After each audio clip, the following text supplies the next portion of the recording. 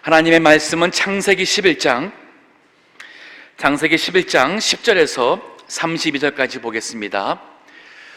1절에서 9절 말씀은 2주 전 주일입니다. 7월 14일 주일 우리 오전 예배 때 본문을 가지고 말씀을 증거했습니다. 그래서 오늘은 계속 이어서 창세기 11장 10절에서 32절, 이제 노아의 아들 셈의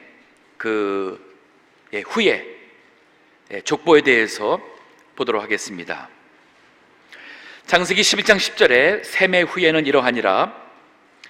셈은 100세 곧 홍수 후 2년에 아르박삿을 낳았고, 아르박삿을 낳은 후에 500년을 지내며 자녀를 낳았으며, 아르박삿은 35세에 셀라를 낳았고, 셀라를 낳은 후에 403년을 지내며 자녀를 낳았으며, 셀라는 30세에 에벨을 낳았고, 에벨을 낳은 후에 403년을 지내며 자녀를 낳았으며, 에벨은 34세에 벨렉을 낳았고, 벨렉을 낳은 후에 430년을 지내며 자녀를 낳았으며, 벨렉은 30세에 루를 낳았고, 루를 낳은 후에 209년을 지내며 자녀를 낳았으며, 루는 32세에 수룩을 낳았고, 수룩을 낳은 후에 207년을 지내며 자녀를 낳았으며, 수룩은 30세에 나홀을 낳았고, 나홀을 낳은 후에 200년을 지내며 자녀를 낳았으며, 나홀은 29세에 데라를 낳았고, 데라를 낳은 후에 119년을 지내며 자녀를 낳았으며, 데라는 70세에 아브람과 나홀과 하란을 낳았더라. 데라의 후예는 이러하니라. 데라는 아브람과 나홀과 하란을 낳았고, 하란은 롯을 낳았으며, 하란은 그 아비 데라보다 먼저 본토 갈대아 우르에서 죽었더라. 아브람과 나홀이 장가들었으니 딸이요 하란은 밀가 사레며, 나홀의 아내 이름은 밀가니 하란의 딸이요 하란은 밀가의 아내며 또 이스가의 아비더라. 하란은 잉태하지 못함으로 자식이 없었더라.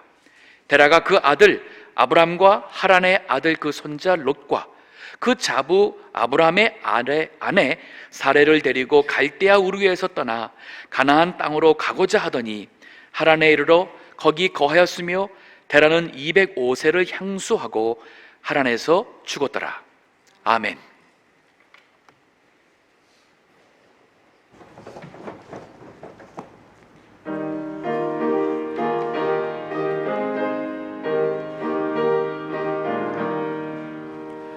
주의 말씀 듣고서 준행하는 자는 반석 위에 터닫고 집을 지은 강가, 비가 오고 물나며 바람 부딪혀도 반석 위에 세운 집 넘어지지 않네. 잘 짓고 잘 짓세, 우리 집 잘 짓세. 만세 반석 위에가 우리 집 잘 짓세. 주의 말씀 듣고서 행치 않는 자는 모래 위에 터닫고 집을 지은 같아. 비가 오고 물나며 바람 부딪힐 때 모래 위에 세운 집 크게 무너지네. 잘 짓고 잘 짓세, 우리 집 잘 짓세. 만세 반석 위에다 우리 집 잘 짓세.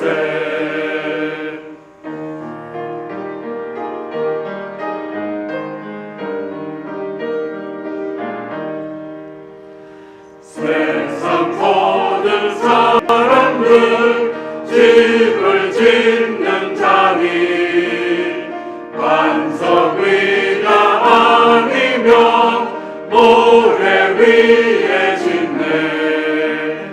우리 지은 상을 줄게 세운 공력 따라서 영영상벌 주리 잘 짓고 잘 짓세 우리 집 잘 짓세 만세 만성 위에서 우리 집 잘 짓세. 아멘. 오늘 본문의 말씀은 셈의 자손의 족보가 기록이 되어 있습니다. 혹시 제 입장에서 이 본문 가지고 설교를 한다면 대체 무슨 설교를 할까라고 생각을 해보셨는지 모르겠습니다. 사실 본문의 말씀 가지고 누가 누굴 낳고 이 설교한다는 것은 사실 쉽지 않은 것입니다. 그러면 반면에 이 질문을 할 수 있습니다. 그러면 왜 이것이 성경에 기록이 되어 있는가?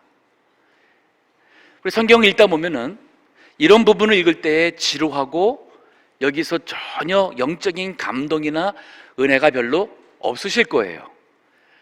그럼 성경에 이것이 왜 있을까? 만약의 경우에 이 족보가 없다면 어떤 일이 생길까요?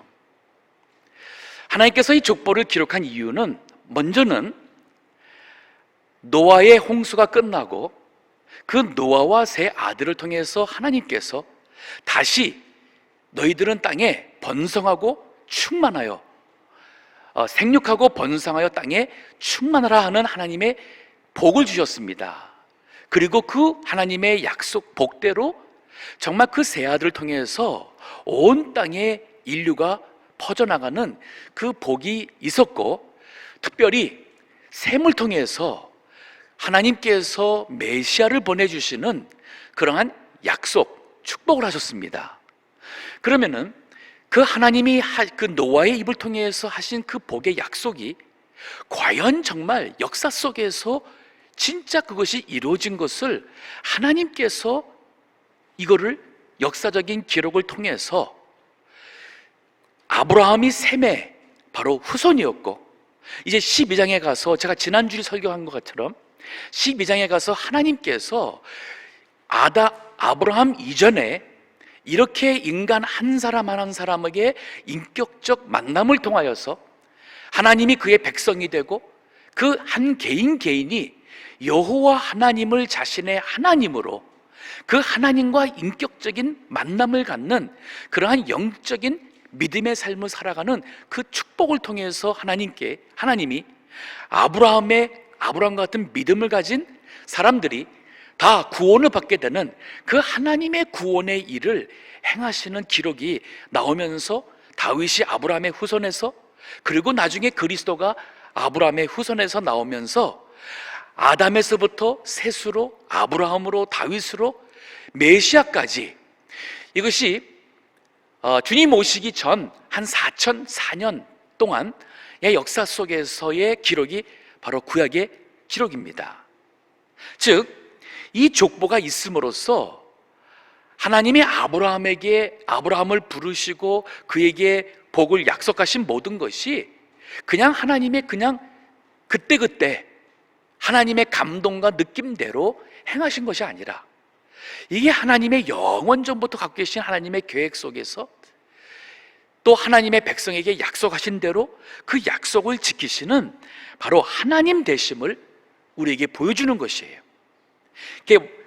1차적으로는 이 기록이 아브라함이 셈의 후손됨을 우리에게 역사적으로 기록하고 있는 것이고, 또 셈에게 약속한 대로 그 약속을 이루시어 메시아를 보내주시는 하나님의 신실되심을 보여주심으로써 과연 우리 인간의 역사 속에서 주인으로서 일하시는 분은 여호와 하나님 되심을 우리로 하여금 알고 믿게 하시는 거예요. 때문에 믿음이라는 것이 그냥 막연하게 믿으면은 잘못되면 맹신이요 그리고 미신적인 신앙이 될 수 있어요. 하지만 성경 말씀을 우리가 바르게 알고 깨달으면서 믿으면은 그 믿음은 확실한 거예요. 왜? 이건 사실이니까, 역사니까. 우리가 세계 역사를 공부하고 또 고고학을 공부하고 많이 할 때에 이 성경에 나오는 기록들을 세상 학자들이 자꾸 자꾸 이것을 흠집을 내려고 많이 합니다.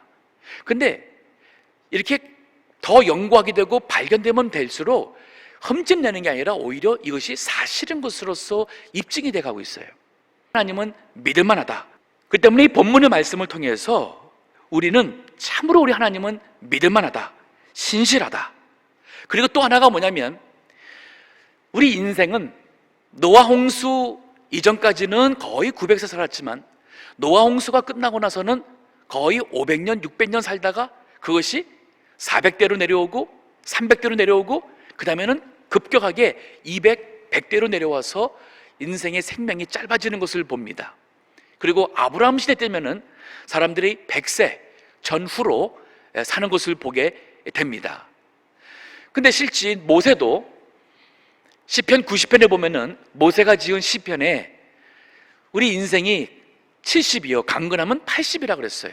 즉 모세 시대 때도 사람들의 생명이 70과 80에서 인생이 마친 것을 우리가 볼 수 있고, 그럼 모세는 아브라함 이후 약 600년이 지나서 한 500년, 600년 후의 사람이었습니다. 자, 이것을 보면서 우리 하나님께서 약속을 이루시는데 연약하고 짧은 인생이나마 이 하나님을 믿는 믿음의 경건한 백성을 통해서 그 대가 이어져서 그 믿음의 가문에 통하여 매일 우리가 보게 됩니다. 우리 인류를 구원하시는 하나님의 일을 행하시는 것을 우리가 보게 됩니다. 자, 오늘 본문의 말씀은 우리 제가 나눠준 그 인쇄물을 보시게 되면은 뭐 하나하나 이렇게 거기에 대한 조금 도움되는 그 설명, 또 이름의 그 의미, 이 히브리 말은 우리 한자어와 같이 그 의미가 있는 이름들이에요. 그래서 그 의미들을 제가 이렇게 좀 적어줬습니다. 근데 오늘 본문의 말씀 하나 흥미로운 게 있습니다. 제가 질문 하나 할게요. 여기 노아의 아들 셈하고 아브라함하고 어떤 관계가 있을까? 아브라함이 태어났을 때에 셈이 살아있었을까요?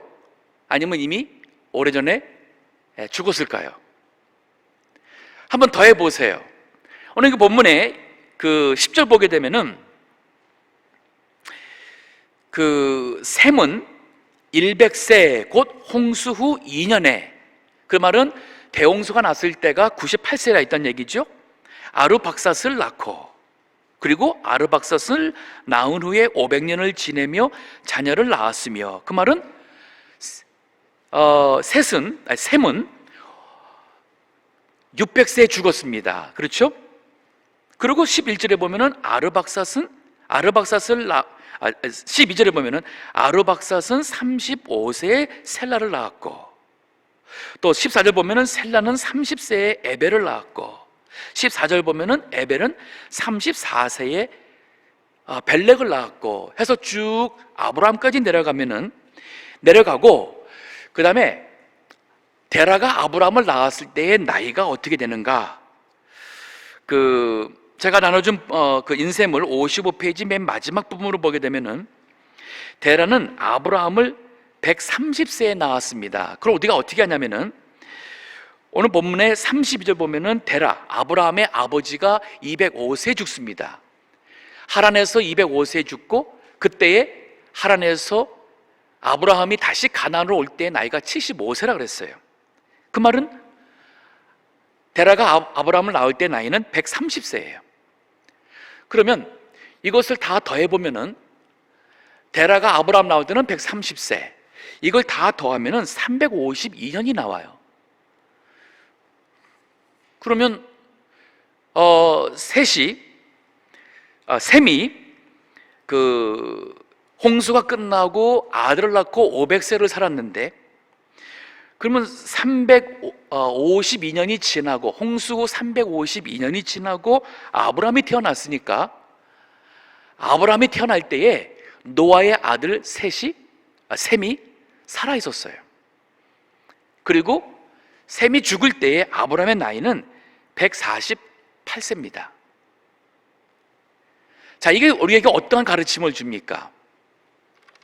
이 족보가 쭉 내려오면서 셈이 600세까지 살면서 무엇을 했겠습니까? 아들이 나왔습니다. 손자가 나왔습니다.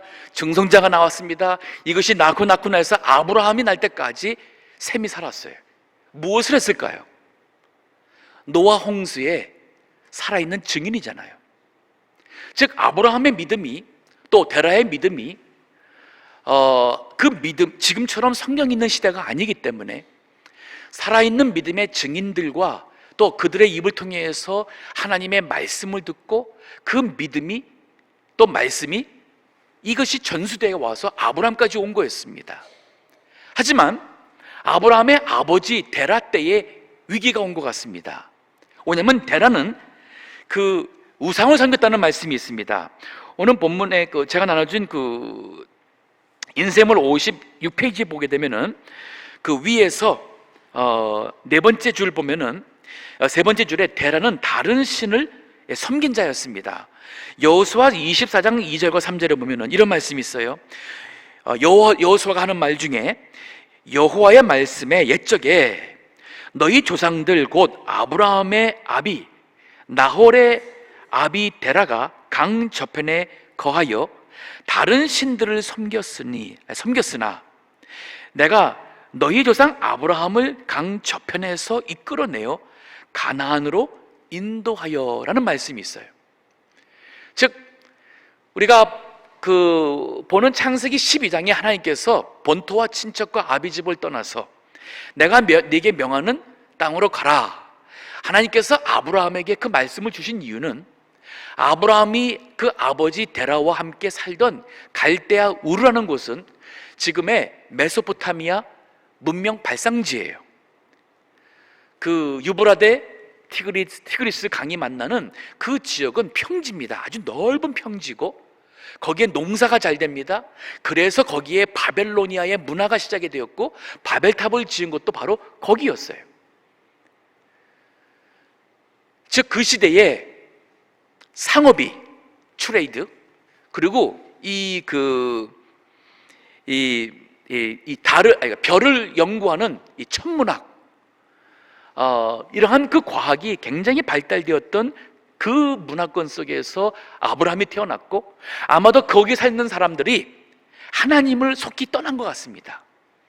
그래서 그만 하나님을 떠나서 교만해지고 사람이 가지고 있는 지혜를 가지고 이제는 하나님의 권위에 도전하려고 하고, 나중에는 하나님 없이도 우리 인간들이 힘을 모아서 바벨탑과 같은 것을 쌓아서 우리의 이름을 남기는 우리 인간의 존재 의미를 남기고, 또 인간이 힘을 모아서 세운 뜻을 이루어서 우리 인간의 어떠한 삶의 목표와 우리 인간의 대단함을 나타내고자 하는 이 인본주의 바벨탑을 쌓는 그 일이 아브라함이 있었던 그 메소포타미아 바벨로니아에서 있었던 것입니다. 그래서 하나님께서 아브라함에게 거기를 떠나 가라 그랬어요. 즉 이 믿음을 지키는 것을 하나님께서 중요하게 여겼고, 그래서 그 믿음을 지키게 하기 위해서 그 아버지 데라 때에 그만 우상을 섬기며 하나님을 섬기는 신앙이 변질되어 나갈 때에 하나님께서는 아브라함을 그 좋은 세상적 문화, 그 환경을 떠나서 이제는 여러 가지 면에서 고생이 되고 또 아무도 알아주지 못하는 그러한 가나안 땅에서 오직 하나님만을 의지하며 아브라함의 그 위대한 믿음을 하나님께서는 기쁘게 받으신 겁니다. 즉 이 역사를 통해서 우리가 볼 때에 이 믿음의 대가 끊어지게 되면 하나님의 나라와 하나님의 일이 이루어질 수가 없어요.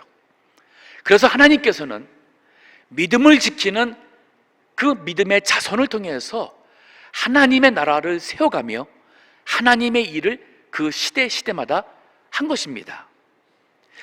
자, 오늘 본문의 말씀 또 뒤에 가서 보게 되면은 여기 이름을 기록할 때에 여기 그 26절 같은 경우 보면은 데라는 70세에 아브람과 나홀과 하란을 낳았더라고 이렇게 있는데, 얼핏 보면은 아브라함이 장자고 그 다음에는 나홀과 하란이 순서인 것 같아요. 하지만 아까 보았듯이 데라가 아브라함을 낳을 때의 나이가 130세였어요. 그리고 또 이 나홀과 하론에 대해서 얘기를 보면은, 이 하란은 갈대아 우르에서 아버지 데라보다 일찍 죽었다 그랬습니다. 그리고 또 나홀의 아들 롯이 결혼을 하는데 그 밀가가 바로 자기의 그 큰아버지 그 하란의 딸과 결혼하게 됩니다. 이것을 우리가 정리해 보면은 맏아들은 아브라함이 아니라 하란이에요. 하란이고, 요거는 제가 55페이지 밑에 정리해 놨습니다.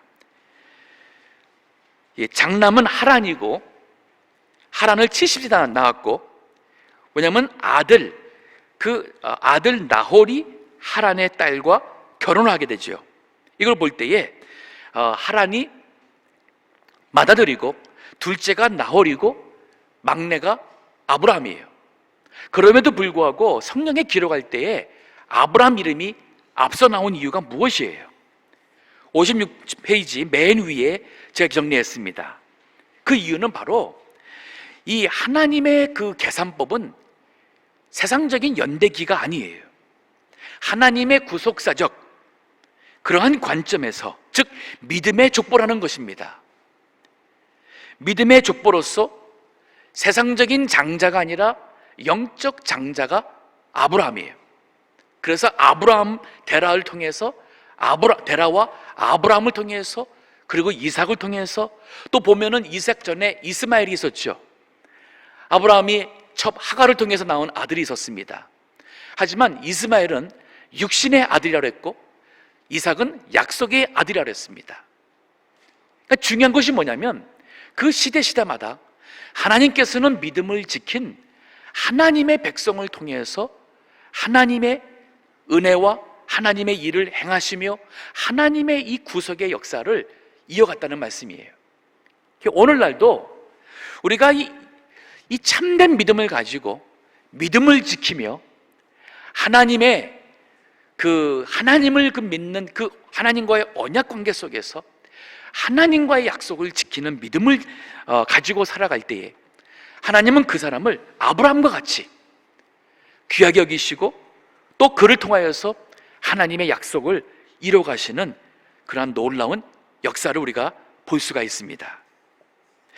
또 오늘 여기 이름들 중에서 몇 가지를 보면은 그 이름을 질 때마다 이 믿음, 신앙적으로 생각하며 지은 것을 우리 흔적을 볼 수가 있습니다.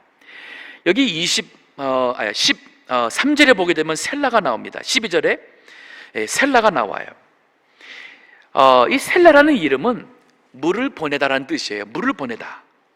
아마도 이제 그 대홍수가 끝나고 하나님께서 다시는 홍수로 이 세상을 심판하지 아니하고 하나님의 은혜가 복이 임한 것을 보면서, 과연 하나님의 그 무서운 물 심판, 그 물은 다 끝나서 이제는 보냈다 하는 그런 의미로서 셀라를 지은 것 같습니다.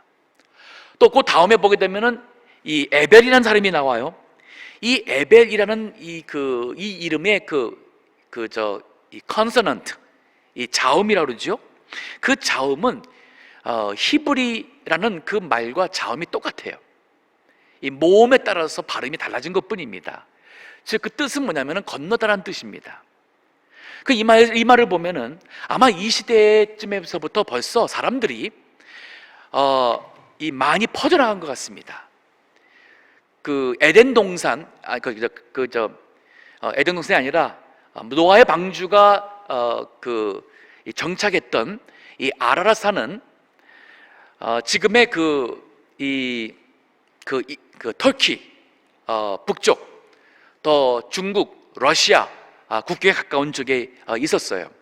거기에서부터 남쪽으로 내려오게 되면은 그게 바로 지금의 메소포타미아 문명의 발상지, 즉 아마 그들이 강을, 유브라데 강, 또 티그리스 강을 줄기를 타면서 아마도 이렇게 남쪽으로 오다가 그 다음에는 서쪽으로, 그 다음엔 동쪽으로 쭉 퍼져가서 함의 자손은 남쪽으로 쭉 가서 아프리카 쪽으로 거주하게 되고, 그리고 셈의 족속은 남쪽으로 올라가면서 지금의 가나안 땅과 그리고 이 아랍 쪽으로 정착하게 되고, 야베스 족속은 서쪽으로 이동을 해서 지금의 유럽 사람들의 그 조상이 됩니다. 그런데 여기 보면은 바로 이 사람들이 강을 건너서 흩어지기 시작할 때가 바로 이 시대부터 벌써 이루어진 그만큼 사람들이 인구가 급속도로 성장을 했다는 얘기예요. 제가 이전에 한번 얘기했었죠. 아담과 하와 이후로 노아 홍수 때까지 1656년입니다. 창조 후에 1656년에 하나님이 노아 홍수로 인류를 멸망시켰을 때예요. 그 당시에 인구가 몇 명이 되었을까? 제가 지난번에 할 때 계산을 해봤었죠. 집에 가서 한번 해보세요. 100년에 두 가족이 100년에 배로 온다고 한번 생각해보면 100년에 아담과 하와가 가령 4식구가 된다. 또 200년이 되면은 8식구가 된다. 그리고 이 고부고부로 해가 되면은 노아 홍수 당시에 인구가 한 70만 명, 70억 죄송합니다. 70억 이상으로 인구가 많았어요. 왜냐하면 그들이 거의 900년 살면서 자식을 낳았습니다. 이걸 통해서 볼 때에 노아 홍수 때에 세상이 결코 적은 인구가 아니었고, 왜 하나님이 그 시대를 멸망시켰냐면은 그 시대에는 율법이 없었습니다. 하나님의 선지자도 없었습니다. 즉 아담과 하와가 타락함으로써 인간이 남아있는 이 타락한 이 양심을 가지고 그들이 나름대로 이 살아가는 그 인간의 결국은 뭐냐면 그들의 마음의 생각의 모든 계획이 항상 악할 뿐더러라고 창세기 6장의 5절에 말하고 있어요. 즉 인간이 하나님의 은혜가 아니고서는 우리 스스로가 구원할 수 있는 우리의 양심을 잃어버린 거예요. 그거를 보여준 것입니다. 그래서 노아 홍수로 하나님께서 심판하셨지만 그 이후로는 더 이상 하나님이 인간을 심판하지 아니하고 이제는 하나님께서 친히 구원하시고자 하나님의 구원하시는 구속사를 행하고자 약속하신 것입니다. 그것이 바로 이제 창세기 12장서부터 나오는 그 내용이고, 바로 노아의 아들 셈에서부터 아브라함까지, 셈이 살아있을 때에 아브라함이 태어났고, 그리고 아브라함이 제가 적어놨어요. 즉 하나님께서 셈이 죽게 됩니다. 즉 하나님께서 이렇게 노아의 후손들이 여호와 하나님을 믿는 신앙에서 떠나지 아니하도록 이렇게 증인들을 살려주셨고, 그리고 그 후손들이 그 믿음을 계속 전수하며 아브라함까지 왔던 것이에요. 이게 참 중요한 겁니다. 이것이 바로 우리에게 주는 교훈이에요. 우리 구약의 역사가 이제 아브라함에서 계속 다윗까지 갑니다. 또 다윗에서 바벨론 포로로 가게 되고, 포로 갔다가 다시 돌아오게 됩니다.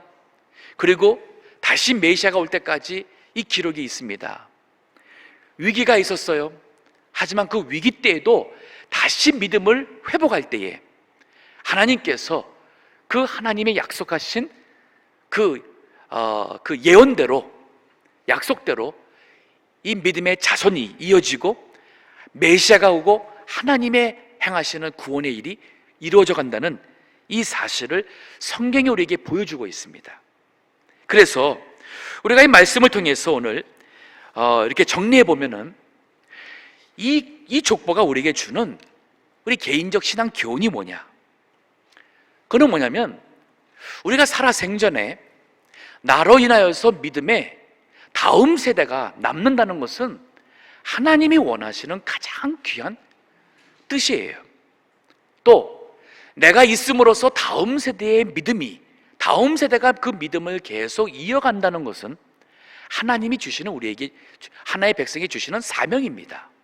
이게 바로 교회의 사명이고, 가정적으로 말한다면 믿음의 가문을 이어간다는 것은 우리가 한평생 이 세상 떠날 때에 남길 수 있는 최고의 축복이라 할 수 있어요. 생각해 보세요. 80세 살다가 재산을 1,000만 불 남겨놓고 재산을 남기고 죽었다 한들 세상적으로는 돈을 벌어서 성공이라 하겠지만은 무슨 의미가 있어요? 아마 자식이 여럿이면은 그 돈 때문에 자식들의 의가 다 아마 금이 갈 거예요. 제가 보니까 열이면 열 다 그런 것 같아요.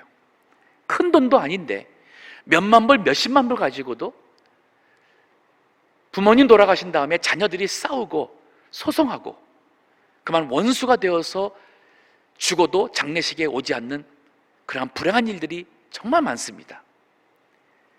돈 남긴다고 의미 없습니다. 세상에서 공부 잘해가지고 명문대 나오고 그래서 참 유명한 사람이 됐다 한들 그 자손이, 그 자녀들이 하나님을 믿지 않고 그래서 세상으로 살다가 불신자로 죽는다면 무슨 행복이 있겠어요? 본인은 천국 갔는데 내 사랑하는 아들, 딸은 천국에 오지 못한다면 이게 무슨 의미가 있겠습니까? 즉 하나님께서는 이 믿음이 지켜지고 그리고 전수되어서 그 다음 세대에도 하나님의 일이 이루어져 나가는 것을 기뻐하십니다. 그러기 위해서는 먼저 우리가 믿는 또 어른으로서 부모로서 우리 믿음 지켜야 돼요. 우리를 가장 가까이서 보는 가족들에게, 자녀들에게 참으로 내가 하나님을 경외하며 하나님이 정말 살아계심을 보여주는 믿음의 사람이 되지 않으면 우리 다음 세대가 우리가 믿는 믿음을 계속 이어가지 않습니다. 교회적으로도 마찬가지입니다. 우리가 받은 믿음과 진리가 정말 귀하다면 그거 지켜나가야죠. 우리가 그거 잃어버리면서 교인 숫자를 늘리고 외적으로 교회가 성장하고 한들 무슨 의미가 있습니까? 시험이 오게 되면은 외적으로 모인 교회는 다 떨어져 나갑니다. 한 2, 3년 전에 제가 봤던 신문 기사 보면은 어느 목사님이 세상적으로는 꽤 유명하신 분이었고 교회가 한 6천 명까지 갔던 교회였습니다. 근데 목사님이 은퇴하시고 후임 목사가 왔는데 그만 후임 목사님이 전임 목사님과 전혀 다른 목회를 하셨어요. 특히 교리적으로 이상해지다 보니까 교회에 큰 싸움이 일어나고 갈등 그 마찰 속에서 교회가 갈라지고 했는데 나중에 그 교인이 1,000명도 안 남은 몇백명밖에 안 남은 불과 한 2년 전에 2년 만에 그 6,000명이라는 교인이 다 없어지고 몇백명밖에 안 남은 거예요. 그러면 그 6,000명에 무슨 의미가 있습니까? 우리가 이 교회를 세울 때는 참 이 교회가 우리가 확신하고 우리가 보존하고 다음 세대까지도 물려주고자 하는 확실한 우리의 진리와 우리의 신앙 정신이 있기 때문에 그래서 교인들이 모여야 되는 거예요. 우리 동무교회 성도님들이 우리 교회가 보수의 신앙이라 할 때 그 보수라는 의미가 뭐 예배할 때 뭐 복음성가 안 하고 뭐 찬송가 하는 그것 때문에 보수가 다라고 생각하시면은 그거는 본질을 못 보시는 거예요. 저희는 말씀을 지키자는 거예요.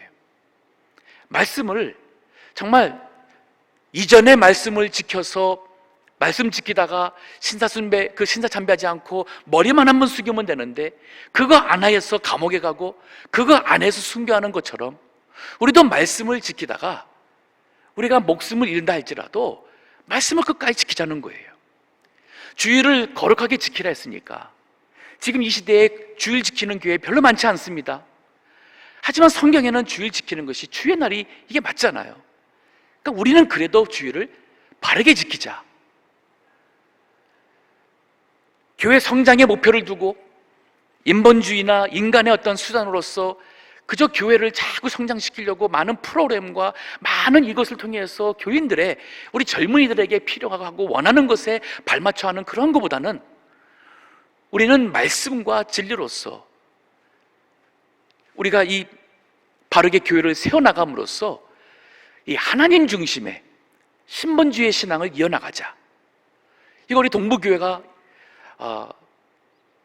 지난 40여 년 동안 우리 교회가 늘 참 원했고 또 기도했고 또 우리 목사님이 가르쳤던 진리가 아닌가요? 또 저도 어렸을 때부터 배우고 바른 그 신앙이 바로 그것입니다.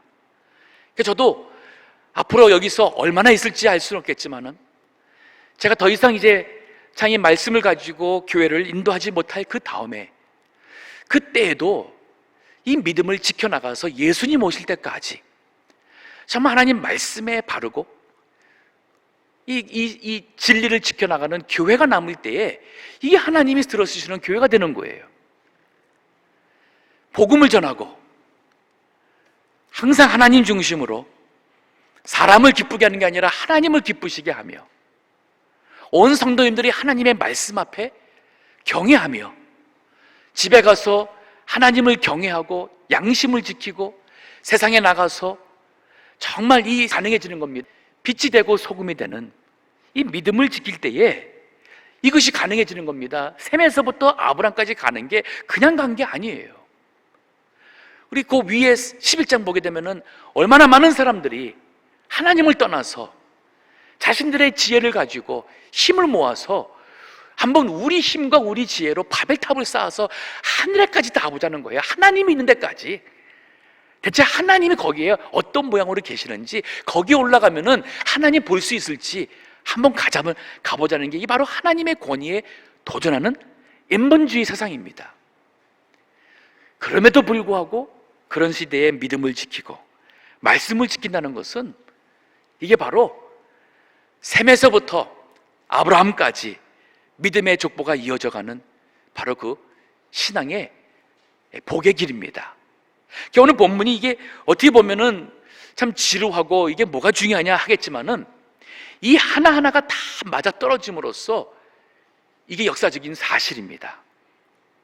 그리고 하나님은 과연 살아계시는구나, 약속을 지키시는구나, 또 그 하나님을 믿는 믿음의 자손들을 하나님께서는 이렇게 들어서 하나님의 나라와 구원의 일을 행하시는구나.